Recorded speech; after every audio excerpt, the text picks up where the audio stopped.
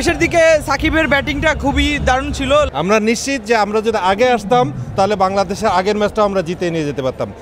অনেক দিন পর বাংলাদেশের জয়, আর এই বাংলাদেশের জয় যারা মাঠে বসে দেখেছেন তাদের সামনে আমরা কথা বলার চেষ্টা করব এবং তারা কতটা এক্সাইটেড সেটা জানার চেষ্টা করবো। কতটা আসলে এক্সাইটেড, শ্রীলঙ্কায় আসলেন, বাংলাদেশের জয় দেখলেন, আর এই জয়টা কতটা স্পেশাল। আমাদের কাছে আফসোসের বিষয়টা হলো আমরা আগে কেন আসলাম না। আমরা নিশ্চিত যে আমরা যদি আগে আসতাম তাহলে বাংলাদেশের আগের ম্যাচটা আমরা জিতে নিয়ে যেতে পারতাম। আমরা সবসময় মনে করি সমর্থকরাই হলো খেলার প্রাণ, এবং আমরা এসেছি বলেই আসলে বাংলাদেশকে জিতছে এই বিশ্বাসটা আমরা নিয়ে রাখছি। আসলে খেলা দেখার একটা প্যাশন, আমরা যদি এই বিশ্বাসটা নিয়ে থাকি যে আমরাই জিতাইতে পারি তাহলে কখনোই আসলে খেলা দেখা থেকে আসলে সেই বোরিংনেসটা ফিল হবে না। বাট আমরা ভেরি হ্যাপি যে আমরাই আজকে ল্যান্ড করছি এবং বাংলাদেশে খেলা দেখছি এবং জিতেছি। ইনশাল্লাহ সামনে ম্যাচ জিতে সিরিজ জিতবো। কার পারফরমেন্স সবচাইতে বেশি ভালো লাগলো আজকের ম্যাচে? আমি বলবো যে আসলে সবচেয়ে ভালো যে তানভীর ইসলামের আসলে একটা ওভারে প্রচণ্ড খারাপ বোলিং করার পরে যেভাবে সে কাম ব্যাক করলো, এটা সবচাইতে বেশি টার্নিং পয়েন্ট ছিল, সেই টার্নিং পয়েন্ট ছিল। এবং এরপরে আমি বলবো যে সেকেন্ড অফ অল যার কথা বললেই নাই যে Shamim Patwari, we are not expecting nothing from him, but সে আসলে ডেলিভার করছে এবং পুরো ম্যাচে আসলে বাংলাদেশে ফেরানোর পিছনে এই দুই বোলারের অবদান সবচাইতে বেশি। ইমরান ভাই, একটু লাকি ফিল হইতেছে কিনা যে আসলেন বাংলাদেশ জিতলো? অবশ্যই অনেক লাকি ফিল হচ্ছে, আর এই বিশ্বাসটা ছিল বলেই আসা, আর জিততে পারছি, খুবই ভালো লাগছে। সিরিজটা কি হবে, মানে ট্রফি নিয়ে যাবেন বাসায় ইনশাআল্লাহ। কার পারফরমেন্স সবচাইতে বেশি ভালো লাগলো? শেষের দিকে সাকিবের ব্যাটিংটা খুবই দারুণ ছিল, লাস্ট যেই কয়েকটা বিগ শট খেললো, তারপরে হচ্ছে শামীমের বোলিংটা, আমার কাছে মনে হচ্ছে যে শামীম আর তানভীরের বোলিংটাই আছে গেম চেঞ্জিং। ভাইয়া কি মনে হচ্ছে আসলে সিরিজটাকে জিততে পারবো, আপনার ট্রফি নিয়ে যেতে পারবেন?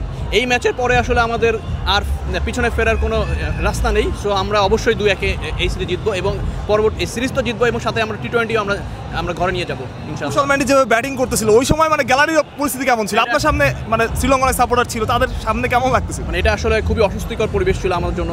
সে কিন্তু 50 করেছে, খুবই মাত্র 20 বলে সে 50 রান করে ফেলছে।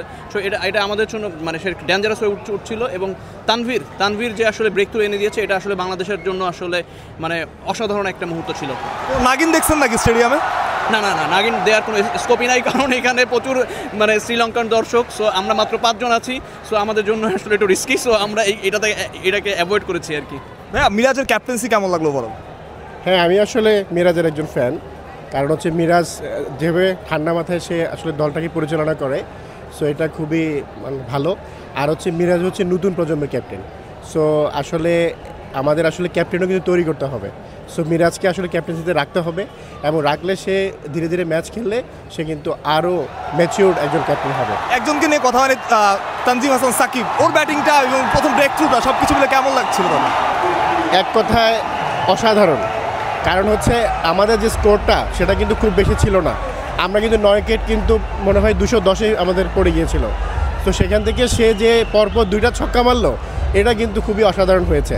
তো আমরা লাস্টে আসলে বলতেছিলাম যে কেন সে স্ট্রাইকটা হচ্ছে মুস্তাফিজকে দিল, হয়তো সে আরও কয়েকটা স্ট্রাইক করতে পারতো, তাহলে স্কোরটা আরও ভালো। তো যাই হোক, সে কিন্তু খুব ভালো করেছে, এবং সে ব্যাটিং এবং বোলিংয়ে সে যেভাবে করছে এটা কিন্তু খুবই ভালো, এবং বাংলাদেশের জন্য একটা ভবিষ্যতের তারকা আমি মনে করি। পঞ্চপাণ্ডব ছাড়া আসলে বাংলাদেশ, এই বাংলাদেশকে নিয়ে আসলে আশাবাদী হওয়া যায়? এখন বিষয়টা হচ্ছে আশাবাদী তো হতেই হবে, সবারই টিমে চেঞ্জ আসে, জেনারেশন চেঞ্জ আসে, ক্রাইসিস মোমেন্ট যায়, আশাবাদী না হয়ে উপায় নাই, কারণ আমাদেরকে সামনে এগিয়ে যেতে হবে। এবং আমরা হোপফুল ইনশাল্লাহ যে আজকে যেমন পারফরমেন্স দেখলাম, আমরা ব্যাটিংয়েও নতুনদের পারফরমেন্সই দেখলাম, ইমন লাস্টের দিকে, সাকিব, আবার বোলিংয়েও শামীম পাটোয়ারি যেই প্রেশারগুলো ক্রিয়েট করলো, মেরাজ যেভাবে বোলারদের ইউটিলাইজেশন করলো, নতুন বোলার তানভীরের বোলিং। সো আমরা আশাবাদী হতে পারি ভবিষ্যতের জন্য ইনশাল্লাহ। ক্যাপ্টেন্সি কেমন লাগলো? আমার কাছে ভালো লেগেছে, হি ওয়াজ ভেরি কুল হেডেড, এবং স্পেশালি সে স্পিনার থেকে দুই সাইড থেকে যেভাবে চেঞ্জ করে ইউজ করেছে, ওটা ফ্যান্টাস্টিক ছিল। যেমনটা বলছিলেন আসলে সবাই খুশি, পুরো বাংলাদেশের খুশি। বহুদিন পর বাংলাদেশে এমন একটা জয় আমরা চাইবো ক্যান্ডিতেও। ততক্ষণ পর্যন্ত বিডি ক্রিক টাইমের সাথেই থাকুন। কলম্বো থেকে বাসুস প্রত্যয়, বিডি ক্রিক টাইম।